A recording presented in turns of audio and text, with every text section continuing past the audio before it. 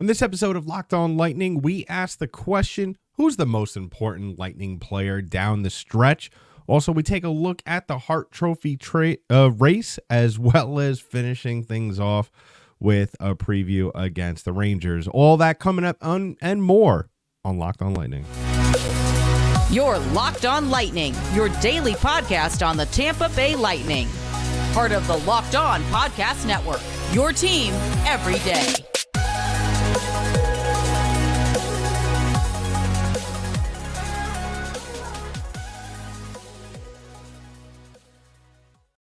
And welcome to another episode of Locked On Lightning, part of the Locked On Podcast Network, your team every day. I'm your host, Adam Danker. Thank you for joining us on this episode of Locked On Lightning.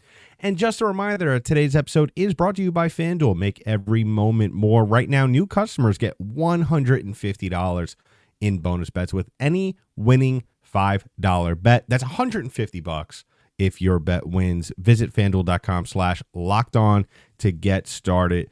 Today's episode, we're asking the question, what Lightning player is most important down the stretch in order for this team to continue the performance or the kind of performance that we saw this past Saturday against the Philadelphia Flyers? We take an updated look at the Hart Trophy race. Been a while since we talked about that, as well as a preview for tomorrow night's game against the New York Rangers. Before we jump into any of those topics, please go ahead and subscribe to the podcast. Give us a follow wherever podcasts are distributed in audio form. We're also available on YouTube. Subscribe to the channel. We just hit 800 subscribers, and it's all because of you guys. Thank you. Thank you so much.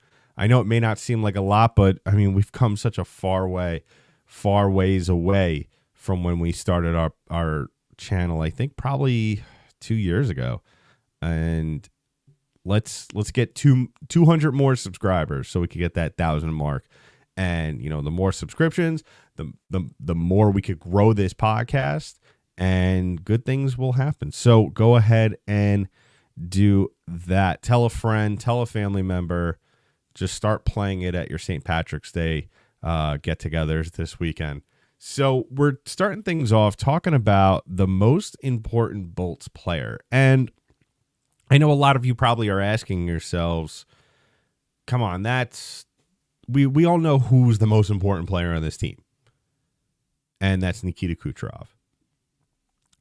And I'm going to disagree with you. Yes, he is the best player on this Lightning team, 100%. This team, I think we could all agree to a certain extent, if you don't have 86 in your lineup this season, this team looks a lot different in the standings. 100%. But we're not playing the if game now. We're playing the who is going to be the most important player. Because as I've stated multiple times on this podcast, is that 86 is a big part of this team. He's really what stirs the pot. He's really the guy that gets things going offensively. He's really just on certain nights able to keep this team loose. And that's 100%. That's 100% true. There's no disputing that. But if he continues to play the way he has all season long down the stretch, is it really going to make a difference? No, I don't think so. I think really what it comes down to is that this team needs to come together, as we've talked about quite a few times throughout the course of this season.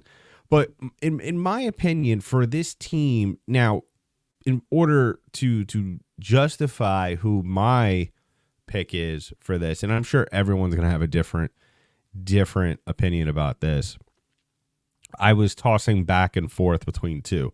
But before, and I'll name both of them, we have to talk about, and I'm sorry, I keep touching my nose. If you're watching this on YouTube, my nose, I'm having really bad allergies, so I'm like really sneezing a lot. So I'm trying not to sneeze while we're recording this. So we talk about what this Lightning team is going to accomplish, or what do we expect them to accomplish. And that opinion has changed throughout the course of this season. And really, when you look at it, what are the expectations now on March 13th, 2024, with not so many games left in the NHL season? 65 games played, to be exact. So less than 20 games left for this Lightning team. 17 games, if you're wondering. And what exactly do we expect this team to do? Now, right now, I think that the main goal for this team, regardless of where they are in the standings, is to make the playoffs. Because like we said, to exhaustion on this podcast, things change very quickly in the standings in the NHL, especially in the wild card.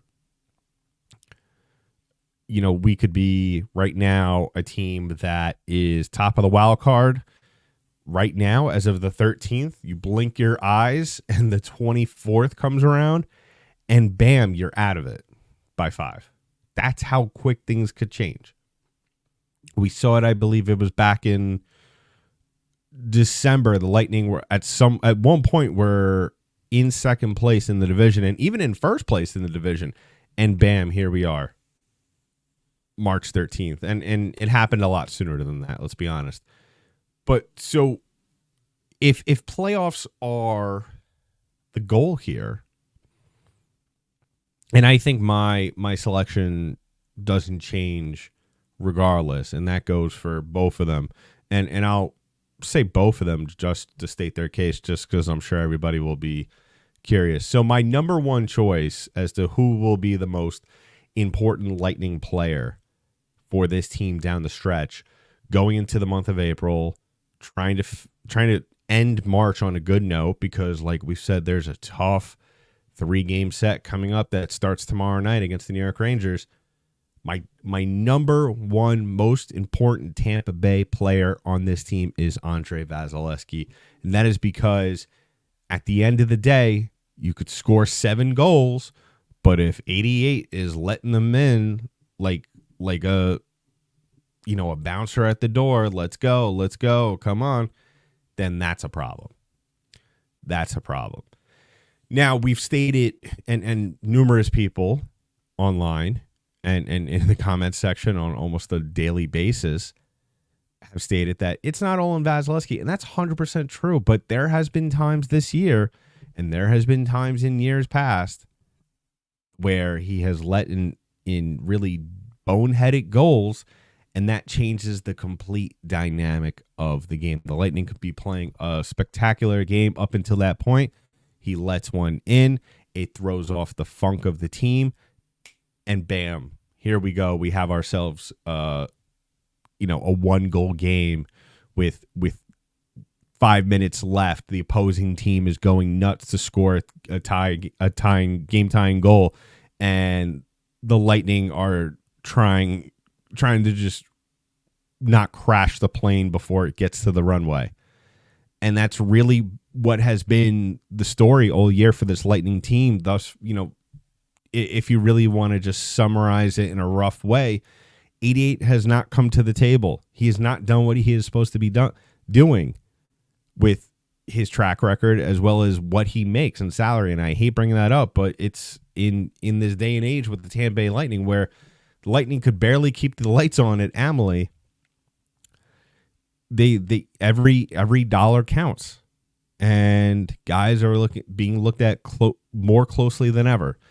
And really, what it comes down to is that Vasilevskiy needs to stop the puck. He needs to have some vintage moments. And unfortunately, the reality of the situation this year has been that the defense has not been good. And yes, it has let him down. He's been having to, I think he has one of the highest save percentages of high danger chances, or at least the most high danger chances taken on him in the league. I believe so. Last time I checked on it, if you want to go double check, to go to NHL Edge, that new statistical platform that they got going, it has a really lot of great content, but we need to see more of that. And I know that's something that is not right, but that is something that is needed. And at the same time, We can't use the excuse that, well, you know what, he's tired or he's going to get worn out. He had 2 months off, plus the entire summer, and he played 5 playoff games last year. I think he's had enough rest. And I think it's time that he has to flip the switch. I'm sorry. You're not a big-time goaltender. These are the games he gets paid to win, okay? Even the games coming up, the 3 games that are coming up. The Rangers on Thursday, the Panthers on Saturday, and Vegas next Tuesday. Those are the games he gets paid to win, to put the team on his back and allow this team to come out on top of those games. And that's really what it is, and that's what makes him head and shoulders the most important Lightning player on this team. And real quick, an honorable mention, a player that I initially picked before we get into our second segment. Real quick, I want to say it was Victor Hedman. Victor Hedman showed us a level of himself that we have not seen in quite some time against the Flyers. That Victor Hedman that we saw, that was Conn Smythe Victor Hedman. That was 2021-22 Victor Hedman. That was really just playoff back-to-back Stanley Cup champion Victor Hedman. That's what that was. And we need to see more of that. And I know it's not all on him with that, but it's a lot of scheme. You know, maybe Cooper saw something with the Flyers and he told Hedman to cheat. And on the same side of that coin, the Lightning defense is not nearly as good as it was in years past, to where they could get away with that. And if there's a turnover, you have someone back there being able to stop the rush. I get that, but sometimes you got to take chances. So my honorable mention for most important Lightning player after Andrei Vasilevsky is Victor Hedman. Those 2 guys really need to be solid down this stretch of the season in order for the Lightning to make the playoffs. So let me know in the comments section below if you agree with that. Let me know in the comments section below if, maybe you had someone else in mind. I'm sure there's some people that are going to say Anthony Duclair. I was leaning that way as well. But at the same time, I'm not going to put too much pressure on this guy. He's played 1 game for us thus far. So I'm not going to jump into that whole conversation about Duclair just yet. So let me know whether it's in the comment section underneath this video or on Twitter at DankyDank, DENKYD8NK. So coming up in just a little bit, we're going to talk about something that we haven't really spoken about in quite some bit, and that's the Hart Trophy race updates. Where does Kucherov lie? We talk about all that, and as well as his chances at this point in the season. Can he,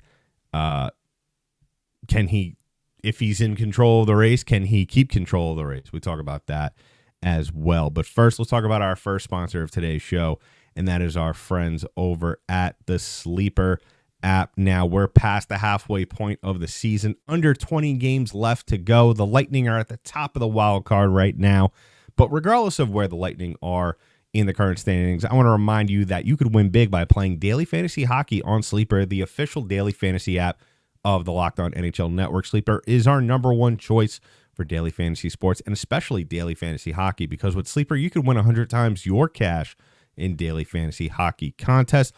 All you have to do is pick whether guys like Anthony Duclair or Matt Dumba are going to record more or less than their Sleeper projections for things like goals, assists, saves, plus, minus, and more in a given game. So use the promo code LOCKEDONNHL. You'll get up to $100 match on your first deposit. Terms and conditions apply. That's code LOCKEDONNHL. See Sleeper's terms of use for details and locational availability. And we're also going to talk about another one of our friends, and that is our boys and friends at eBay Motors. Passion, drive, and performance and patience is what brings home the winning trophy, is also what keeps your ride or die alive. eBay Motors has everything you need to maintain your vehicle and level it up to peak performance, from superchargers, roof racks, exhaust kits, LED headlights, and more. Whether you're into speed, power, or style, eBay Motors has got you covered. With over 122 million parts for your number 1 ride or die, you'll always find exactly what you're looking for. And with eBay Guaranteed Fit, your part is guaranteed to fit your ride every time. You're guaranteed or your money back, because with eBay Motors, you're burning rubber, not cash. With all the parts you need at the prices you want, it's easy to turn your car into the MVP and bring home that win. So keep your ride or die alive at ebaymotors.com. Eligible items only. Exclusions apply. eBay guaranteed fit. Only available to U.S. customers.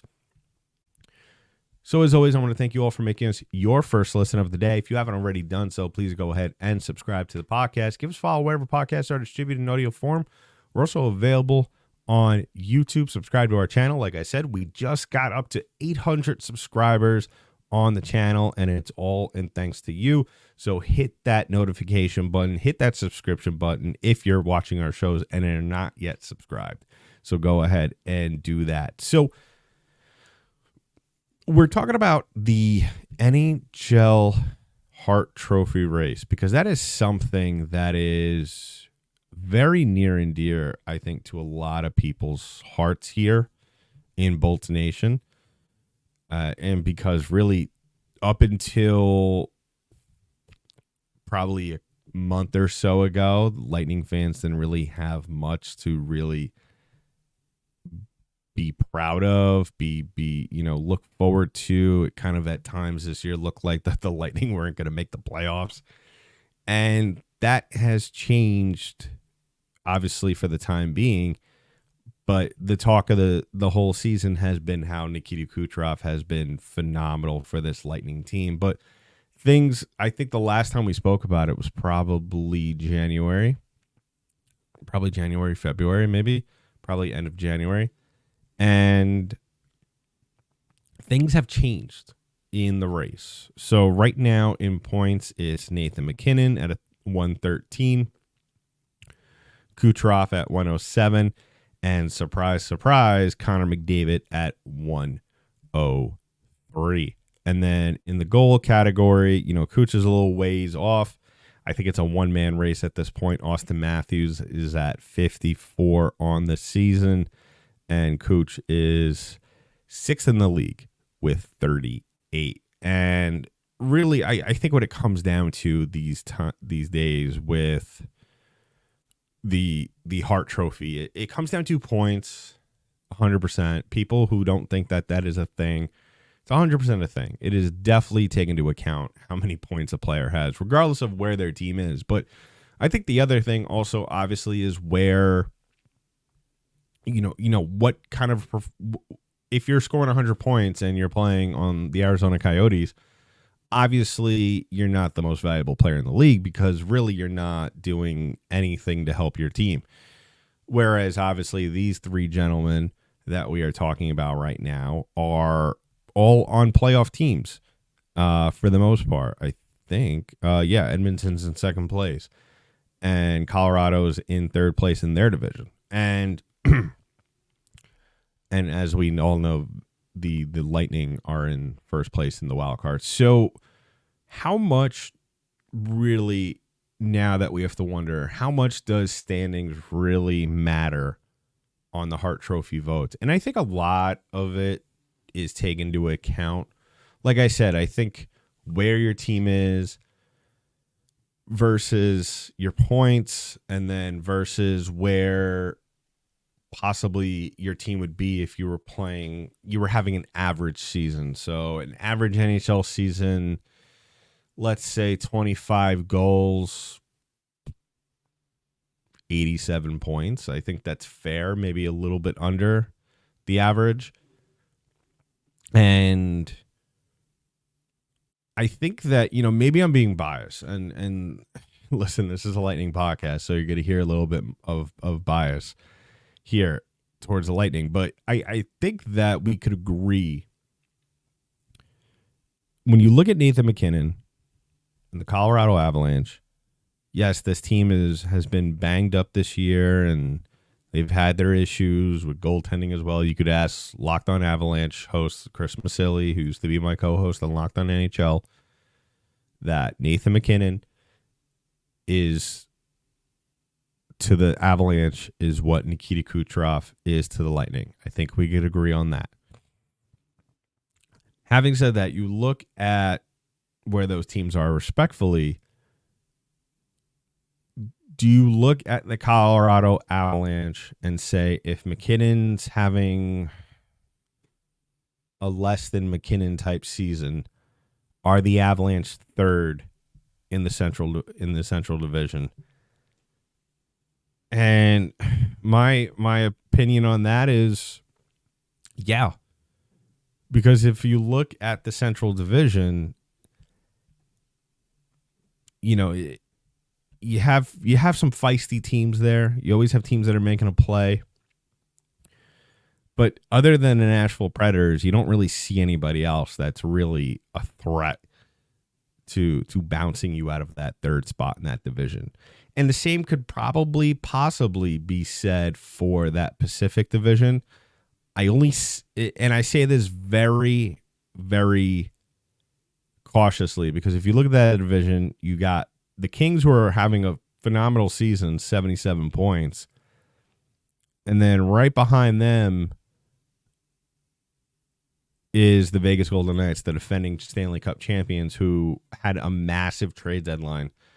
And I think that is what is going to determine what happens with the Hart Trophy. Because, yeah, McKinnon, McDavid is McDavid. I mean, we all know, we kind of figured, after he missed that time and came back, that he was going to eventually get 100 points and, have these crazy numbers at the end of the season. I mean, that's a given.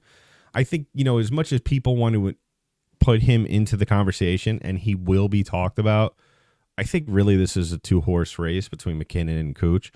I think that really what it comes down to, and this is something Lightning fans could keep an eye on other than Lightning games and divisional foe games, because, divisional foe games, we got a massive win the other night from the Sabres over the Red Wings to kind of stall the Red Wings there. You look at what Vegas is possibly going to do. They're winners of their last two games. They're 4 points behind Edmonton. They're if you look at how Colorado plays, as well as, that Vegas wild card spot. If Vegas plays well down the stretch and catches up to Edmonton, which I think is very possible, as well as on the other side of that, if Nashville, who's hot, I don't think they're going to catch up to Colorado, but if Colorado doesn't play outstanding down the stretch, it could be a lot quicker. It could be a lot closer at the end of the season. They are playing well right now, winners of their last 4. So you kind of have to hope, if you want Kuch's chances to get better, because right now, if I had to vote, it would be McKinnon over Kuch by a slim margin. You kind of have to hope for Nashville to play better, McKinnon to play average. You kind of have to hope for Edmonton to kind of just really tread water for the rest of the season, as well as you got to hope for Vegas to kind of go in there and just wreak havoc in the Pacific. And at the same time, obviously, simultaneously, hoping that Kucherov gets off to another hot streak. He's kind of been dormant the last couple of games, as well as, of course, the Lightning playing nearly almost as good as what we saw in that Flyers game for the rest of the stretch of the season. And they are very capable, I think, especially picking up Duclair and Dumba. They are very capable of doing that now. And I don't think Kucherov has as much pressure on him going forward to wrap things up. So coming up in just a little bit, we're going to preview the game against the Rangers. We talk about the possible matchups. We talk about who to watch out for on the Rangers. And yeah, it's a tough start to a tough 3-game set tomorrow. So we'll talk about that coming up in just a little bit. But first, let's wrap things up with our friends, our last sponsors of today's show, and that is our friends over at FanDuel. Now, say goodbye to busted brackets, because FanDuel lets you bet on every game of the tourney. Whether you're betting on the big upset or a 1 seed, it's time to go dancing on America's number one sportsbook. Right now, new customers get $200 in bonus bets if your first $5 bet wins. That's $200 to use on point spreads, money lines. You can even pick who's going to win it all. Just visit FanDuel.com/lockedon and bet on college hoops until they cut down the nets. So wrapping things up, one last time, I want to thank you for making us your first listen of the day. If you haven't already done so, please go ahead and subscribe to the podcast. Give us a follow wherever podcasts are distributed in audio form. We're also available on YouTube. Subscribe to our channel. Like I said, 800 subscriptions is all because of you. If you're watching this and you're not subscribed, what are you doing? Hit that subscribe button. Help us grow. Help us get to 1,000 before the season ends. It's only 200 subscriptions. I don't care if you have to make 200 other YouTube accounts. Go ahead and do it.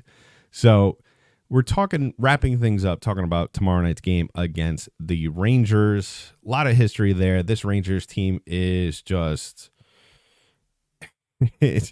it's a team that, I mean, they've already won the regular season series. They're a team that just is unbelievably built.